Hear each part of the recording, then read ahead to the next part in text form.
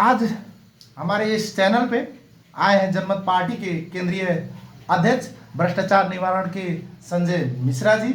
हम उनसे भ्रष्टाचार एवं कृषि आंदोलन के बारे में कुछ चर्चा करेंगे। पहले उनसे हम परिचय करें। संजय जी, क्या है आप सबका आंदोलन, अभी कहाँ से कहाँ तक पहुँचा, कैसे चल रहा है और कैसे इसका समाधान होगा, इस पे आप थोड़ा सा चर्चा करें। धन्यवाद। हम लोग का ये आंदोलन जो है ना, ये केवल हम ही लोग का आंदोलन नहीं है, ये संपूर्ण जनता का आंदोलन, संपूर्ण किसान का आंदोलन है। क्योंकि आज नहीं, सदियों से किसान बहुत पीड़ित है। ना उसको मल खाद का व्यवस्था है, ना उसके लिए सिंचाई का व्यवस्था है, कोई भी व्यवस्था नहीं है। आखिर क्यों? क्योंकि किसान जब कर तीरता है तो किस लिए तीरता है? तो उसको की सुविधा मिलना चाहिए, उसको सुविधा मिलना चाहिए। लेकिन आज इस नेपाल देश के अंदर यहाँ तक पैसा देने पर भी मल खाद मिलने वाला नहीं है। लेकिन इसका जिम्मेदार कौन है? इसका जिम्मेदार नेपाल सरकार है। अगर देखा जाए मल खाद कमी नहीं है, मल खाद है। हमने खुद देखे हैं जाकर के, यहाँ पर जो भैरवा का गोदाम है ना, वहाँ पर गोदाम में लाखों लाख बोरा खाद रखा गया है, लेकिन वहाँ मिलने वाला नहीं है। अधिकृत से हमने पूछा कि ये खाद आप क्यों नहीं दे रहे हैं जनता को, यूरिया गेहूं में छोड़ने के लिए, तो उसने बोला कि हो गया। ठीक है, इस तरह से कहाँ हो सकता है? सही बात आपने कहा, मगर ऐसा समय आ गया कि किसान अपने परिचय के लिए, मल खाद के लिए आंदोलन कर रहा है। ये 21वीं शताब्दी में आकर कम से कम सरकार को इतना सोचना चाहिए, किसान को जो परिचय कैसे किया जाए, परिचय पत्र के लिए आप सब आंदोलन कर रहे हैं, उसको बहुत बहुत मैं धन्यवाद देता हूँ कि मतलब आप सब इतना रूट लेवल का कार्यक्रम लेकर जनता में आए हैं कि जनता से आप कैसे जुटे, मतलब किस तरीके से आप आंदोलन को आगे बढ़ाएं। देखिए, जनता का मतलब जुटने की जो बात है, जनता के बीच में तो हम लोग बहुत से नहीं, आज से नहीं, बहुत दिनों से हैं। लगभग 7-8 साल से जनता के बीच में हम लोग हैं। हम लोग इस मुद्दा को इसलिए लेकर आए हैं कि जनता ने खुद इस मुद्दा को उठाया है कि हमको मल खाद नहीं मिल रहा है, हमको DAP और यूरिया नहीं मिल रहा है। हमारे डॉक्टर साहब सीके राव जी से भी बार बार ये प्रश्न किया मट्टी यात्रा के दौरान में। तो इसीलिए इस आंदोलन को हम सब उठाए हैं और इस आंदोलन को किसी भी तरह से सरकार को सुनना होगा और सरकार को इसका समाधान करना होगा। अगर नहीं करेगा तो जनमत पार्टी के नेतृत्व में किसान आंदोलन नहीं, महा आंदोलन होगा। क्योंकि किसान सबका पेट पालता है, चाहे वो मंत्री हो, चाहे संसद हो, चाहे पुलिस प्रशासन हो, कोई भी हो, उसका पेट पालता है। धरती को फाड़ के अनाज उपजा सकता है, तो उसी अनाज के उपजाने के लिए क्या नहीं कर सकता जरूरत पड़ने पर, क्योंकि किसान से बड़ा शक्तिशाली कोई नहीं है। सही बात है, मरता तो क्या नहीं करता। तो यह आंदोलन आप सबका सफल हो। और हम अब दूसरी बातों पे, मुद्दे पर चर्चा करना चाहते हैं। नेपाल में भी देखते हैं तो भ्रष्टाचार एकदम चरम सीमा पे है। उसके विषय में आप एक केंद्रीय प्रमुख भी हैं, उस मुद्दे पर आप क्या कहना चाहेंगे इस चैनल मार्फत? बहुत बढ़िया बात। भ्रष्टाचार तो देखा जाए हर जगह पे है, हर गली में है, हर टोल में है, हर पालिका में है। क्योंकि ये सरकार भ्रष्ट सरकार है।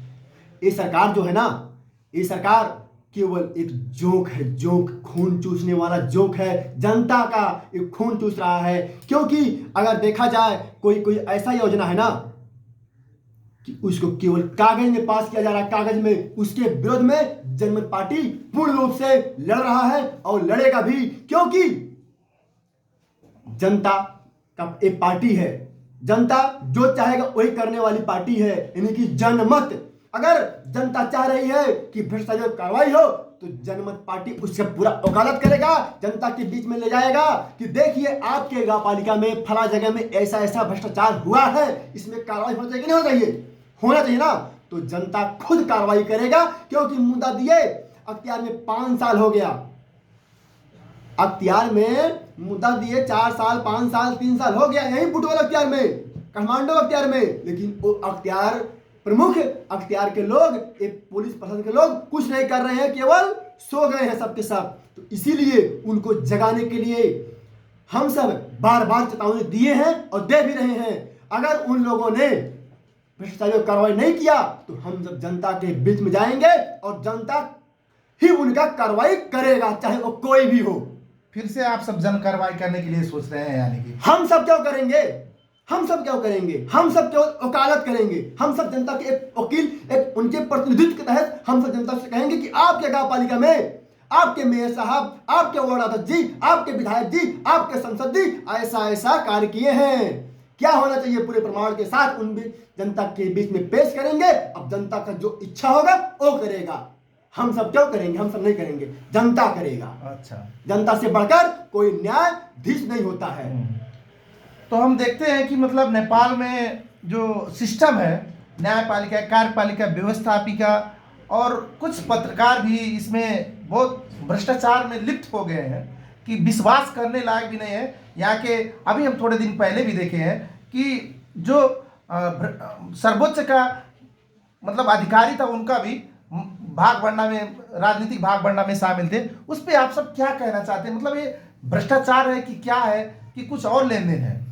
देखिए, रही बात अदालत की, रही बात कर्मचारियों की, रही बात पत्रकार साथियों की, तो ये सब जो एक है न्यायिक समिति है, जो न्याय करता है इस देश के, उन सबको किसी पार्टी के, किसी नेता के अधीन नहीं रहना चाहिए। क्योंकि अगर एक मीडिया स्वच्छ रूप से काम करे तो अच्छों का कार्रवाई होने से कोई शक्ति नहीं रोक सकता। तो इसीलिए उन सबसे भी यही आग्रह है, मैं यही उन सबको मैं कहना चाहता हूं, चाहे वो किसी भी तरह से हो सके, तो वो लोग अपने आप को उनको क्या करना चाहिए, क्या उनका काम और कर्तव्य है, उस पर ध्यान दें और उसी हिसाब से वो लोग पूरी ईमानदारी के साथ काम करें। क्योंकि अगर वो अच्छा काम करेंगे, अच्छा तरीके से अगर जो ईमानदारी के साथ करेंगे, तो हमेशा सत्य का जीत होता है। इसीलिए उन सबसे आग्रह किसी पार्टी के अधीन ना रहे, चाहे वो कोई भी पार्टी हो, चाहे वो सरकार में हो, चाहे सरकार से बाहर हो, वो लोग निष्पक्ष रूप से कार्य करें। क्योंकि वो जनता के एक महान पुरुष हैं, जनता के लिए एक वो महान है, क्योंकि वो न्याय करता है, पत्रकार हैं, वकील हुए और न्यायाधीश हुए, जनता के लिए एक भगवान के रूप में है। सही बात है कि पत्रकार भी एक देश का अंग है, उस अंग को अच्छे तरीके से कवरेज करना चाहिए। आप सबका जो अगर पत्रकार चाह ले तो देश के अंदर ना भ्रष्टाचार होगा, ना कोई समस्या रह जाएगा। आपने सही कहा कि मतलब नेपाल में जो तरीके का अभी आप सबका आंदोलन है, इस आंदोलन को भी कवरेज भी नहीं किया जा रहा है, उसको भी मद्देनजर रखते हम आप सबसे बात किए हैं कि कैसे मीडिया है कि जो एक किसान आंदोलन है उसको भी नहीं कवर कर रहा है। तो मीडिया को भी आप सब क्या सुझाव सलाह देना चाहते हैं? देश की मीडिया हो चाहे वो प्राइवेट मीडिया हो, उनको एक सुझाव क्या देना चाहते हैं? देखिए, मीडिया की बात है, तमाम प्रकार से मीडिया वालों को हमने देखे हैं कि वो मीडिया वाले जो मेयर साहब गांव पालिका के जीते हुए हैं, जो संसद विधायक जीते हुए हैं, उनके केवल अगर जो कोई छोटा सा अगर जो किसी को 1000 का राहत देते हैं तो उसका न्यूज छापता है, उनका पूरा बड़का पोस्टर लगाता है, उसके विषय में छापता है। उससे समस्या का समाधान नहीं हो सकता।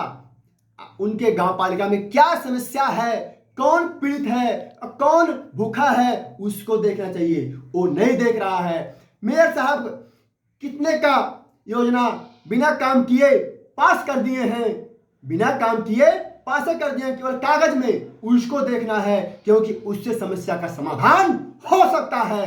ये नहीं कि मेयर साहब किसी को 10,000 का राहत दे दिए, किसी को 5,000 का राहत दे दिए, उसको हमारे गांव पालिका मेयर साहब किया, उसको छापा जाए तमाम ऑनलाइन न्यूज में, तमाम पत्रिका में, उससे समस्या का समाधान नहीं होगा। उन सबसे आग्रह है कि जो समस्या है उस समस्या को छापा जाए। आज किसान पीड़ित है, किसान का फसल नष्ट हो गया, उसको दिखाया जाए। किसान का गेहूं जो है बाल नष्ट हो गया, धान बाल नष्ट हो गया, सब्जी खेती खराब हो गया, उस विषय में छापा जाए तो उससे समस्या का समाधान होगा। सही बात है। किसान की मुद्दों पर और जो देश का मुद्दा है उसे भी छापना चाहिए। पत्रकार मित्रों से यह भी हम लोग तो यही आग्रह है उन सबसे। काम कर ही रहे हैं, मगर आप सब आपको मैं इस चैनल के मार्फत अंत पे आपको यह पूछना चाहता हूं कि इस देश में जो स्थानीय प्रदेश संघ के जो निकाय है, जो नेता है, पत्रकार है, उनको भ्रष्टाचार रोकने के लिए आप कैसा कदम ले रहे हैं, उसको छोटी जानकारी में दें। सबसे पहले भ्रष्टाचार जो हो रहा है, जो भी भ्रष्टाचार होता है, अत्याचार, कुछ भी समस्या देश के अंदर है, उसको रोकने के लिए सबसे पहले हम यही कहना चाहते हैं, जो नेता लोग हैं, नेता लोगों नहीं, इस देश के अंदर राइट टू रिगल का जब व्यवस्था हो जाए ना, तो भ्रष्टाचार, अत्याचार कभी नहीं हो सकता, क्योंकि जनता के हाथ में डोरी आ जाएगा। उस मुद्दा को लेकर के जनमत पार्टी आया है, राइट टू रिगल, यानी कि उसे वापस खींचने का विधान होना चाहिए। यही हम इसको जनमत पार्टी डॉक्टर सी रावत का पार्टी के नेतृत्व वर्ग ने लेकर के आए हैं, और उसको हम सब अपने विधान में भी रखे हैं, हमारे घोषणा पत्र में भी है। वो देश के अंदर लागू हो जाए तो भ्रष्टाचार नहीं हो सकता। और दूसरा नंबर रही बात पत्रकार मीडिया की, पत्रकार अगर चाहे तो भ्रष्टाचार समाप्त हो जाएगा, क्योंकि वो निष्पक्ष होकर के अगर जो भ्रष्टाचार के विषय में अपना न्यूज बनाने लगे, सब लोग एकता के साथ उसका भंडाफोड़ करने लगे, तो उस भ्रष्टाचारी कार्रवाई होने से कोई भी शक्ति नहीं रोक सकता है। इसीलिए पत्रकार अपने पेशा को पूरी ईमानदारी के साथ अगर जो करता है तो भ्रष्टाचार होने वाला नहीं है, समाप्त हो जाएगा। क्या समस्या देश के अंदर है, उसको अगर जो लिखता है तो भ्रष्टाचार नहीं हो सकता। एक करना चाहिए, एक ही नहीं, नेताजी हमारे अगर जो गए हैं खाना खा रहे हैं तो उसका पोस्टर छापा जाए, उसके विषय में न्यूज बनाया जाए, हमारे नेताजी किस होटल में गए हैं खाना खाएं, किस होटल में हमारे नेताजी सो रहे हैं, उसको छापने थे, समस्या का समाधान कभी नहीं होगा। धन्यवाद संजय जी, हम लोग अब अंत पे आ गए हैं, तो मैं आपको एक ही भाषा में कहना चाहता हूं कि आपने जो काम किया है रूपंदेही में या अन्य मधेश के क्षेत्रों में या पहाड़ी क्षेत्रों में, बहुत सराहनीय कार्य है। भ्रष्टाचार के विषय पर लेकर आपने मुद्दा उठाया, उसे कितना लोगों को भी आप जगह तक पहुंचाया, उनके विषय में मुद्दा भी दायर किया, कुछ लोग कार्रवाई भी हुए, कुछ लोगों की बाकी है, वो अच्छा कार्य किए। आने वाले दिन में इससे और अच्छा काम करें, यही शुभकामना देते, आप सबका आंदोलन सफल हो, मैं शुभकामना देते आप सबके बीच से हम विदा होना चाहते हैं। नमस्कार। नमस्कार।